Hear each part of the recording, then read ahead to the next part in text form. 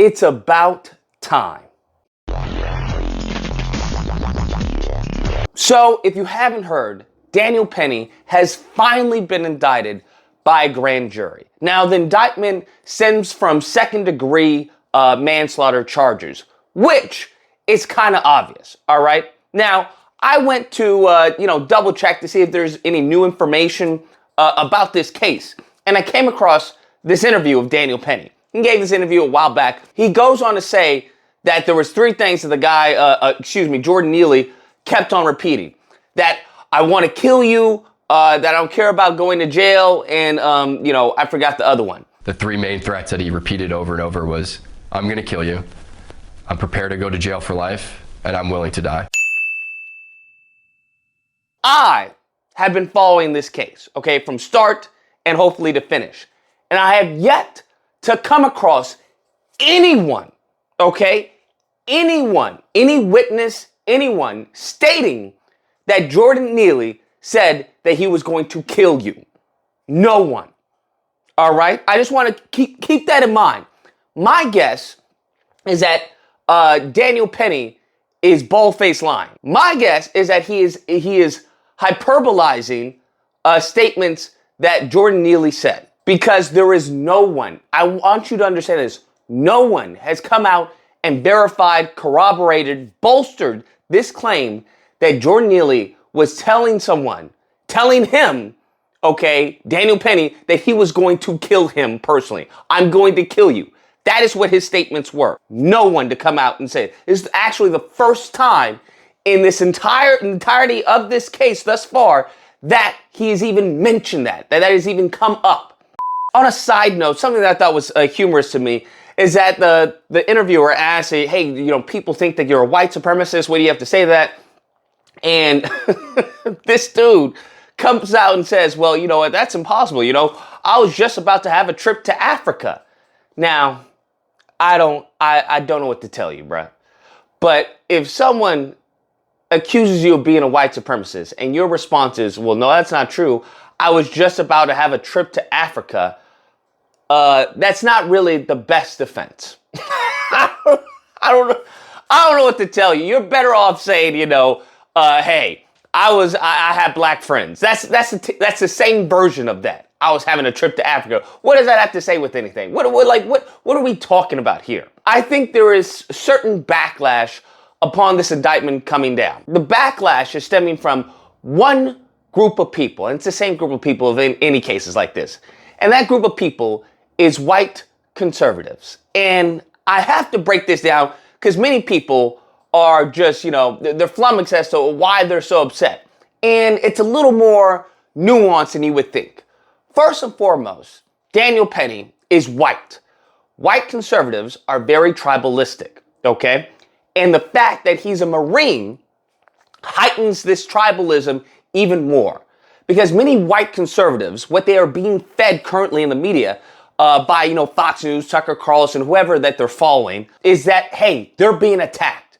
That white people are being attacked, that they're being vilified, and it's our fault, say that we're victims. They're being fed this victimhood narrative. And who is the enemy? The enemy is black people. That's for certain. They believe that black people are attacking them, and they're just why they want to hurt us in every way. That's the narrative they're being fed. Now, you take that, you couple that with this man being a Marine, or as they call a Good Samaritan, which is mind-blowing given the facts of the case. Daniel Penny is not a Good Samaritan. He's not a hero. He's a murderer. That's what he is. He's a fragile criminal. Because what he chose to do was to end someone's life off of words. Jordan Neely didn't attack the man.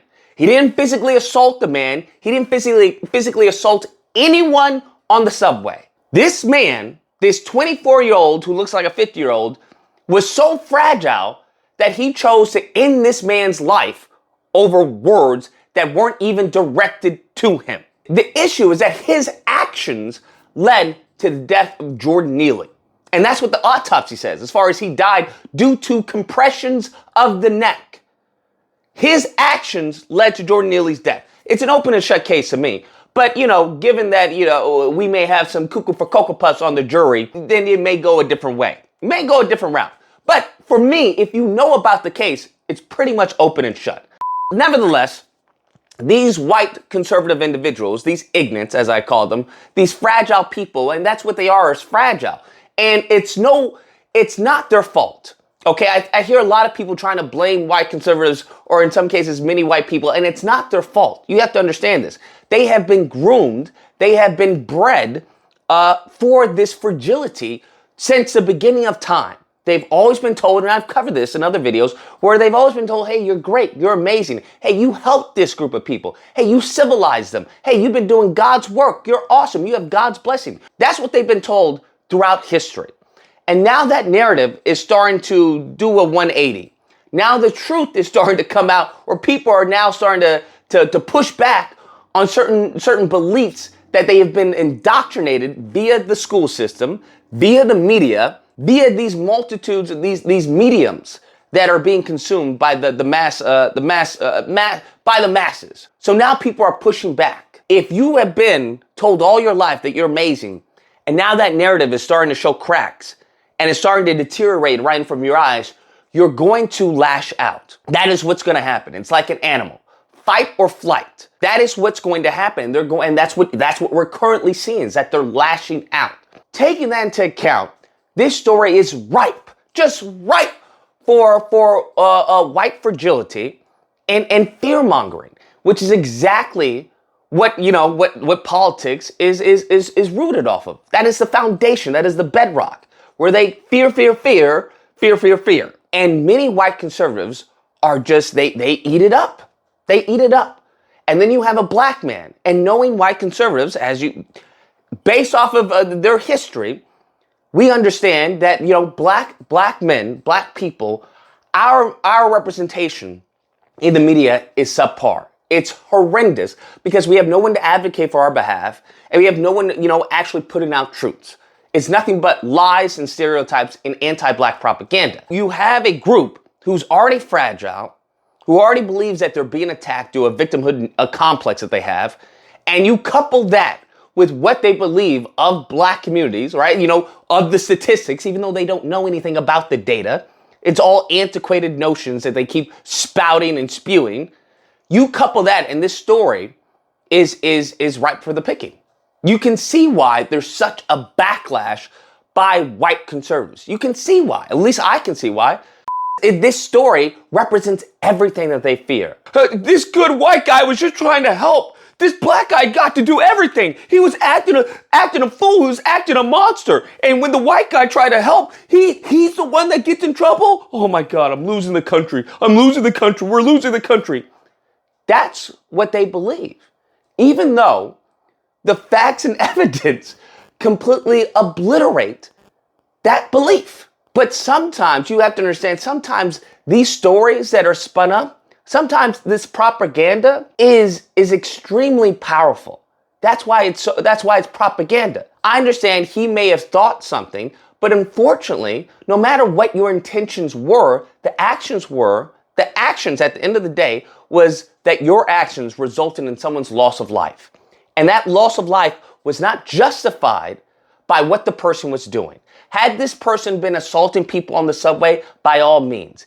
I think there are some who would even grant him the opportunity to put this man in a chokehold, or to subdue him, or whatever he wants to call it, right? He was just restraining him. Fine. I get it. I think we've all been in that situation, right? When we're on a subway or public transportation and someone may be acting out. And you're just like, man, I wish you'd just be quiet. That's fine. The issue now is that your actions of subduing this person led to their untimely demise.